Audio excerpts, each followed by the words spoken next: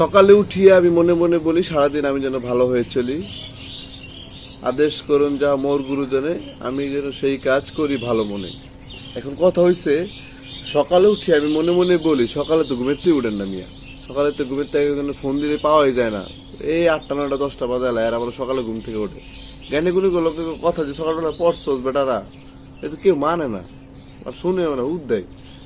মানে ছোটবেলা যে যত কত কিছু শিখছি, আম গাছে জোড়া জোড়া মারবো চাবুক চড়বো গুড়া, ওই মারবো চাবুক চড়বো গুড়া তো আমাদের জীবনে চড়তারলাম না, খালি হুদায় আমাকে উল্টা পাল্টা শিক্ষা দিছে।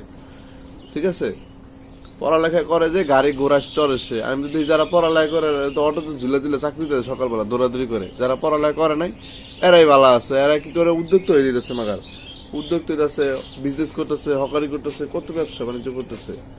আর যারা চাকরি করছে তারা ঝুলে ঝুলে অফিসে যায় সকালবেলা, কি যে ঠেলা ঠেলি রে ভাই, সকালবেলা অফিসে যাইতে